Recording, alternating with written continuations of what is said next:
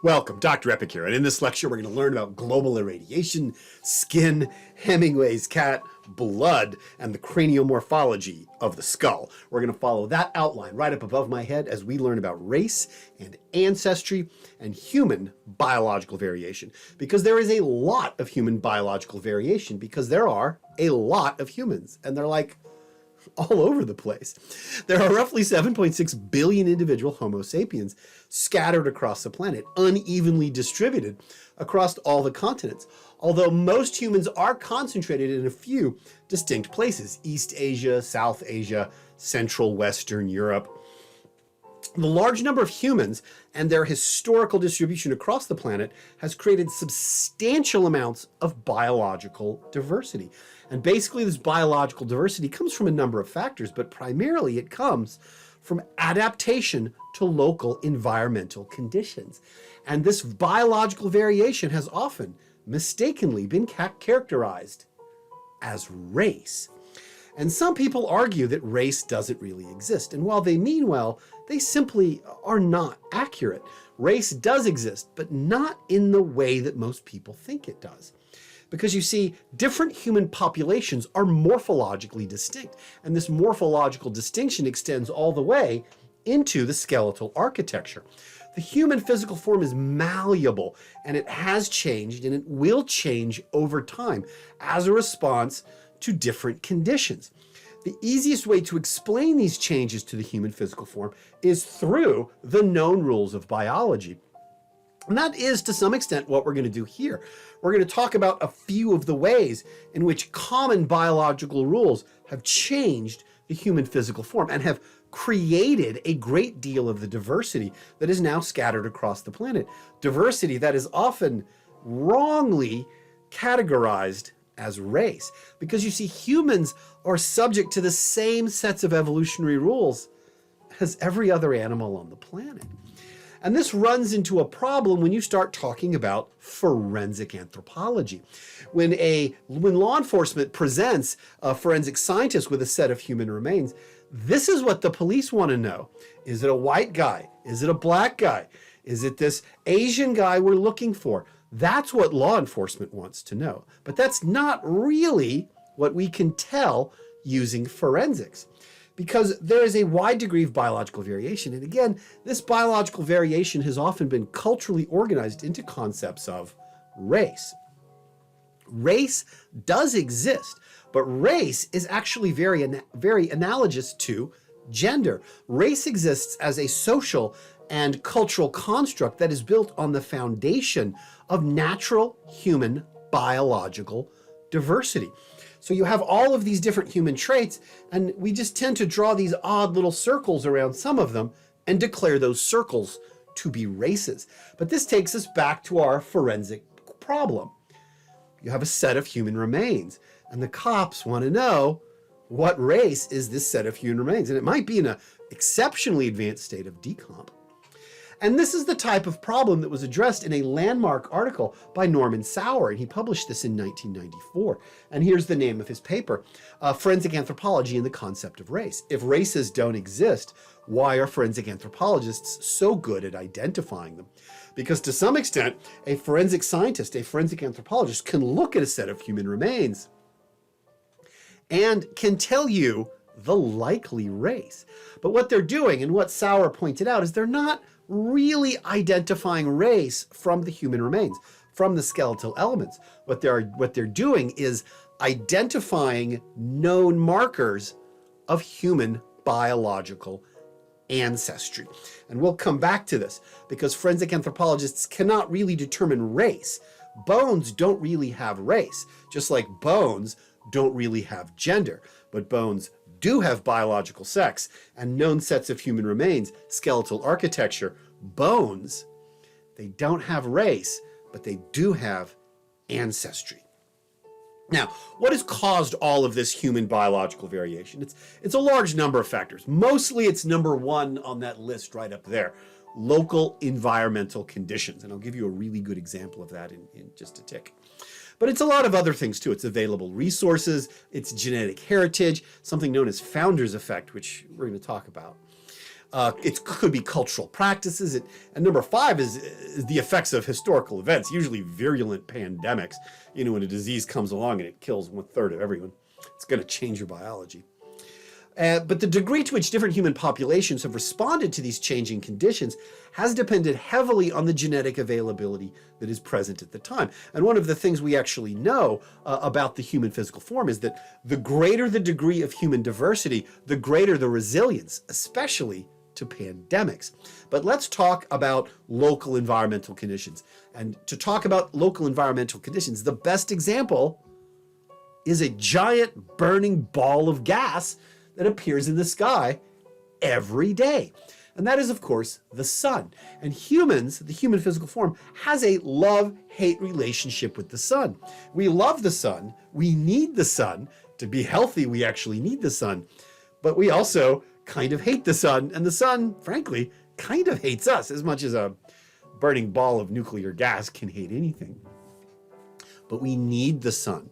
We need the sun. We need the sun. We need to absorb sunlight into our skin to produce vitamin D in order for our liver and kidneys and immune system to work properly. And when we don't get enough sun, we don't produce enough vitamin D, our liver doesn't work right, our kidneys don't work right, and we get incredibly depressed.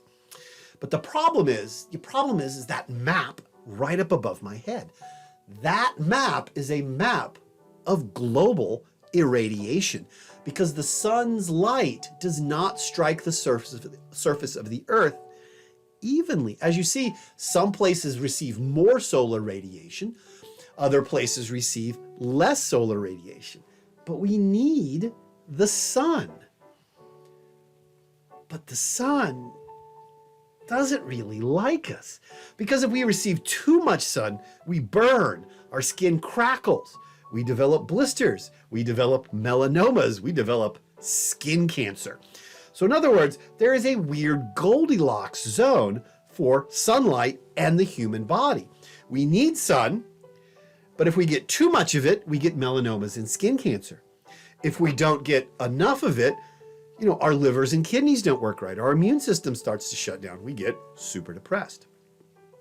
So there is a zone where we get just the right amount of sunlight. But again, global irradiation doesn't make it easy for us, because different parts of the earth receive different levels of radiation. And the human response to this has been to modify the skin. In areas that receive a lot of sun, in areas of the earth that receive a lot of solar radiation, too much sun is the problem. And humans have responded by adding melanocytes to our skin. And that is the human physical solution to too much sunlight.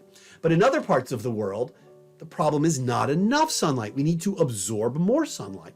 And the human response has been to pull melanocytes out of the skin. And in that way we can absorb the sunlight. But what are melanocytes? Melanocytes are melanin. It's what makes our skin dark. And this is why humans have different colored skin. That in areas that receive high degrees of solar radiation, where the problem is too much sunlight, skin gets dark because we've got to get rid of sunlight. In areas where that don't receive enough solar radiation, we have to absorb as much solar radiation as possible. We have to absorb as much sunlight as possible. So we pulled melanocytes out of our skin. Nobody's deliberately doing this. This is taking place over multiple generations. And the result has been in areas of the world where there's low amounts of sunlight, skin color has lightened. And this has produced the following map. And it's a really interesting set of maps. You see at the top, that's the map of solar radiation across the surface of the planet.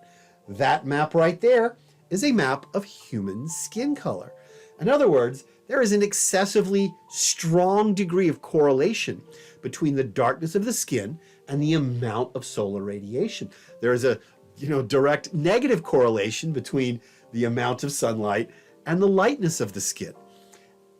And we can see this as evidenced. And for all of our talk about race this and race that, and Marcus Garvey and Martin Luther King and Malcolm X and civil rights and all this stuff, skin color is really just how much sunblock you're born with. It's the human physical form adapting to local conditions. And let's take this one step farther. Let's talk about another biological impact, another biological rule that has impacted the modern physical form, because we're going to talk about kitties. We're going to talk about those kitties. Specifically, we're going to talk about a biological rule called Founder's effect. Now, Founder's effect is right there. It's in all caps. Founder's effect is when a population is limited to the genetic diversity of the original colonizing population. For instance, Charles Darwin was studying finches, and all of the finches that Charles Darwin studied in the Galapagos Islands were descended from the same set of founding finch birds. All right? And then over time, all of the finch species on the Galapagos came from the original colonizing species of finches. And there's actually a really good example of this in Key West, Florida.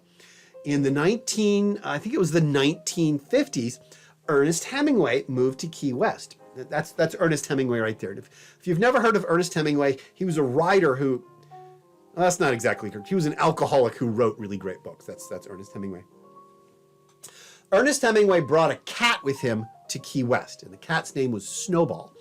And Key West did not have a lot of cats. In fact, Key West had almost no cats. And then up shows Ernest Hemingway with a six-toed cat named Snowball. And Hemingway moved on. Hemingway left Snowball. But when Hemingway left, Snowball was actually pregnant. And Snowball gave birth to kitties. And these kitties gave birth to other kitties. And all these kitties developed a colony centered on Ernest Hemingway's house in Key West. And that's one of the kitties right there. Snowball, this one pregnant cat, is the founder of this entire colony. And Snowball had 6 toes. She was a polydactyl cat. And hence, all of the cats in the cat colony in Ernest Hemingway's house in Key West all have 6 or even 7 toes. The population of the colony of cats at Ernest Hemingway's house is limited to the genetic diversity of the founder, which was this one cat named Snowball. And because they all descend from Snowball, and Snowball was a polydactyl, almost all the cats there, they have lots of toes. That is an example of Founder's effect. It works with Darwin's finches. It works with Hemingway's cats. It works with human populations. For instance, at the end of the Ice Age, 10,000 years ago, 15,000 years ago, the ancestors of Native Americans crossed from Siberia across the land of Beringia and into North America. We don't know exactly how many people crossed over, but we do know it is not a large number. It's a number probably in or around probably less than 100,000 people, but that number is completely plucked from the thin air. But you see, the founders of all Native American populations came from these intrepid pioneers who crossed into North America at the end of the Ice Age. And they then instituted Founder's effect. Founder's effect is this biological rule which is evident in Native American populations. And if you look at that little diagram on the lower left, that's an example of Founder's effect. You have a wide and highly varied mother population, but a small group go away and form a new colony. The new colony is limited to the genetic diversity of the founders. And we know that the founders of all Native American populations had type O blood because virtually all Native Americans today have type O blood. Now, if you look at this map of blood types, this is a map specifically of type O blood types, the old world, Africa, Europe, Asia, there is a wide variety of different blood types, A, B, AB, AB positive, B negative, A positive, whatever. But not a lot of genetic diversity among blood types of Native Americans. And you can see this map. The blue is areas where 90 to 100% of the population has type O blood. That includes virtually all Native Americans in the entire continent of South America. That includes almost all Native Americans in a third of the United States and in large portions of Canada. The founding population of all Native Americans had type O blood, which meant that when their descendants, we advanced through 15,000 years of generations, there is no one adding additional blood types to the population. Ergo, all Native Americans have the exact same blood type. It's quite remarkable. This is evidence of Founder's effect acting on a human population. But different populations of Native Americans have different colored skins. This goes back to our love-hate relationship with the sun. And if we look at that map on the left, we can see that in areas where the Native Americans adapted to areas of low sunlight, they have very light skins. In areas where they have adapted to local conditions of high degrees of global radiation, like the desert, they have quite dark skins. So even though they all descend from the same population, even though they all have type O blood, they've adapted to local conditions.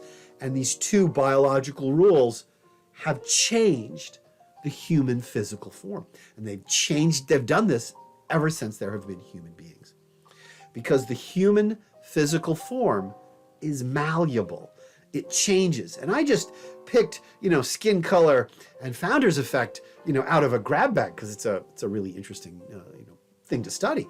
But I could go on. I could look at Bergman's rule. I could talk about Gloger's rule. I could mention a dozen biological rules that have affected and changed the human physical form. Sometimes, as we will see in subsequent lectures, very, very radically. But this is the basis of human biological variation.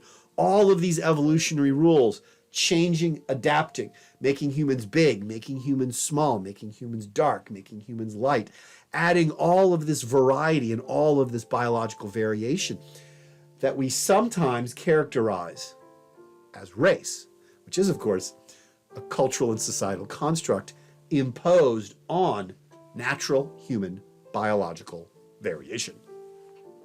And again, this biological variation is evident even in skeletal architecture, because you can actually look at a skull and you can look at certain things. They're called craniofacial metrics, and you can determine the type of ancestral traits present in a skull. And basically, forensic anthropologists have looked at these skulls and have basically come to the conclusion that there are 4 ancestral types of craniofacial metrics that roughly correspond to different continents, different local conditions. So there's basically 4 large human ancestral subtypes.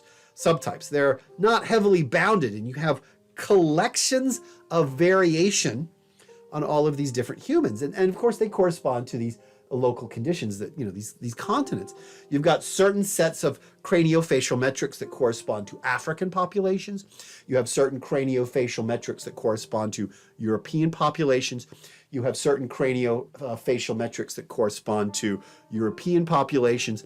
And the fourth one is Austronesian, which is, of course, the people who inhabit Indonesia and Australia. And that's them right up above me. And I want you to look at those skulls on the left and just look at the different craniofacial attributes. The size and shape of the orbits of the eyes, the size and shape of the nasal cavity, the overall shape of the skull, both in terms of its sagittal and occipital curves, the size and shape of the mandible. Different collections of these ancestral subtypes can be found in all of these different skulls. And this is how forensic scientists determine ancestral type. And ancestral type is what bones have, these ancestral attributes, not race. But I mean, that's what law enforcement wants. They want to know if a set of human remains was a black dude or a white dude or a guy from Asia or a Native American or an Ethiopian or a Persian or a Russian. That's what law enforcement wants to know. That's what the cops are bothering the forensic scientist with. Just like they want a set of remains to be, is this a man or a woman? But the forensic scientist is going to look at this and is going to say, no, this is biologically female. This is biologically male. Bones don't have gender. Bones only have biological sex. Bones do not have race. Bones have ancestral traits. And this was Norman Sauer's ultimate conclusion in this sort of landmark paper from the 90s. Forensic anthropologists are so good at identifying race because they don't identify race. They identify ancestral traits. So they will look at a skull and they will say, this skull has ancestral traits associated with African populations. They will look at this skull and say, this skull has craniofacial attributes associated with European populations. And the cops go, so it's a white guy. And the anthropologist says, no. It has ancestral traits associated with European populations. Bones have ancestral traits. They do not have race. Try it. Here we go. There is a skull right up above my head. What ancestral traits does that skull have? Look at the nasal cavity, look at the orbits of the eyes, look at the shape of the occipital and the sagittal curve, look at the shape of the mandible. Does it have ancestral traits associated with African populations, Asian populations, or European populations? What type of biological variation can we identify from this skull? And hopefully you've figured it out. It's not particularly hard. And this is what forensic scientists do. This is how they look and identify the sort of biological identity of these individuals, and can look at a badly decomposed set of human remains and say, this is a biological female with ancestral traits common of European populations, and it may or may not match a missing woman from the local, town. And I think I'll quiz you on these things. I think I will quiz you on this. I'll do a little video quiz, and I will see you there.